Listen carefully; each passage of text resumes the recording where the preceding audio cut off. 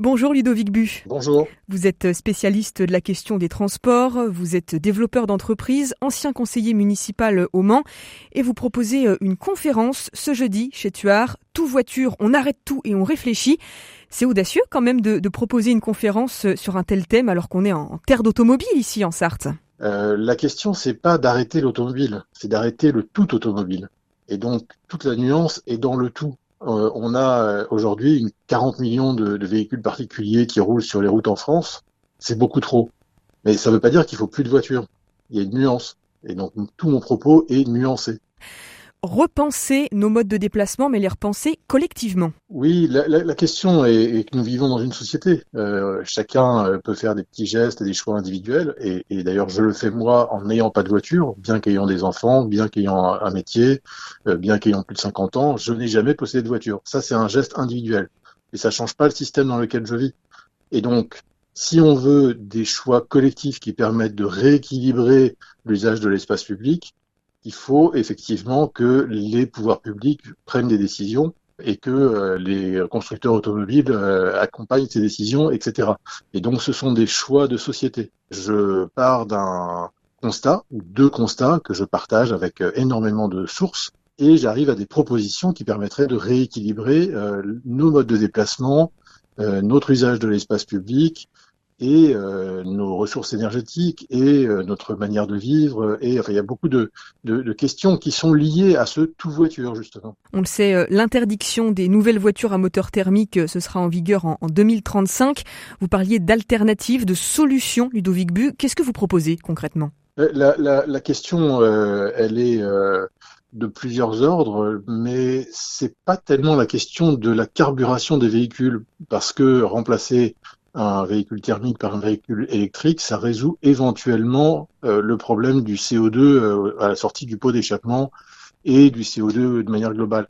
Mais ça ne résout pas le fait que les gens qui ne peuvent pas conduire, qui sont pas en âge, qui n'ont pas le permis, qui n'ont pas les moyens de se payer une voiture, qui sont plus en âge de conduire, c'est un Français sur 6 à peu près qui est dans cette situation-là. Donc c'est pas négligeable.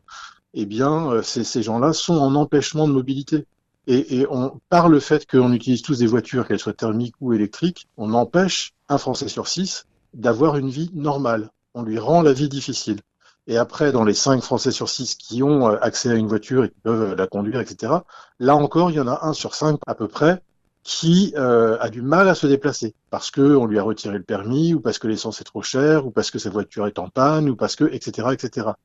Et donc, il y a énormément de gens qui sont empêchés ou en difficulté de se déplacer parce que on est dans un système où tous les déplacements sont générés par la voiture et il y a marginalement un peu de train, un peu de bus, un peu de vélo. Mais c'est très marginal comparativement à l'ensemble des kilomètres qui sont parcourus en voiture.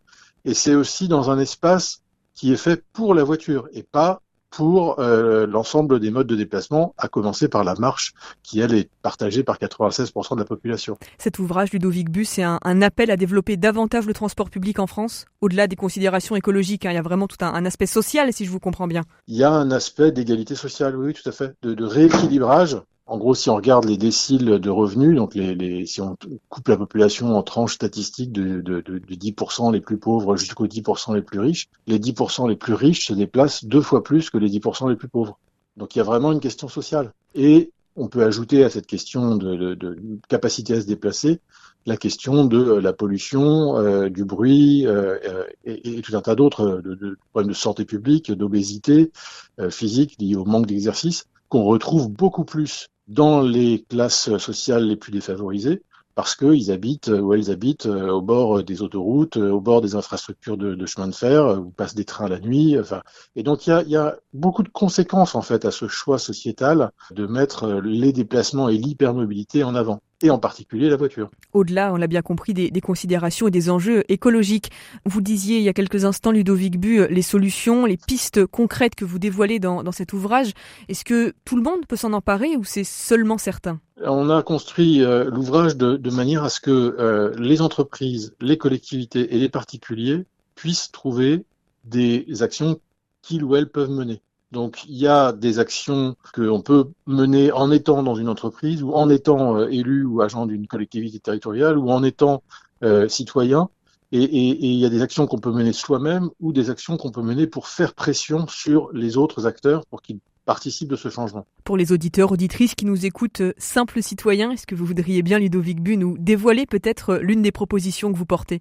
Oh bah le plus simple, hein, vraiment, et en plus c'est avantageux économiquement et en termes de fatigue, c'est de faire son autodiagnostic. Ça ne veut pas dire changer ses habitudes, ça veut dire se poser la question de quels sont les déplacements qu'on réalise. Moi, je préconise que pendant un mois, vous notiez chacun des déplacements que vous faites, à pied, à vélo, en voiture, en bus, enfin quel que soit le mode. Et justement, en notant le mode et en observant ce que vous faites. Simplement ça, vous changez pas vos habitudes, vous regardez juste ce que vous faites. Prenez conscience. Et ensuite, il faut s'informer sur ce qu'il y a comme alternative pour changer, donc décarboner et démotoriser ces déplacements. Et on va se rendre compte, quand on fait ça avec des particuliers, ils se rendent compte que ils vont prendre 3 fois la voiture pour aller faire des courses à l'autre bout du village, alors qu'ils pourraient le faire en une fois. Et donc ça, c'est des choses simples qu'une fois qu'on a pris conscience de ces pratiques, on peut corriger. Et après, on peut se rendre compte que pour certains déplacements, il y a une ligne de bus, et ben pourquoi on prend pas le bus? Ou alors on pourrait y aller à vélo, parce qu'on découvre qu'il y a une piste cyclable qu'on connaissait pas, qui passe dans la rue d'à côté de là où on passe.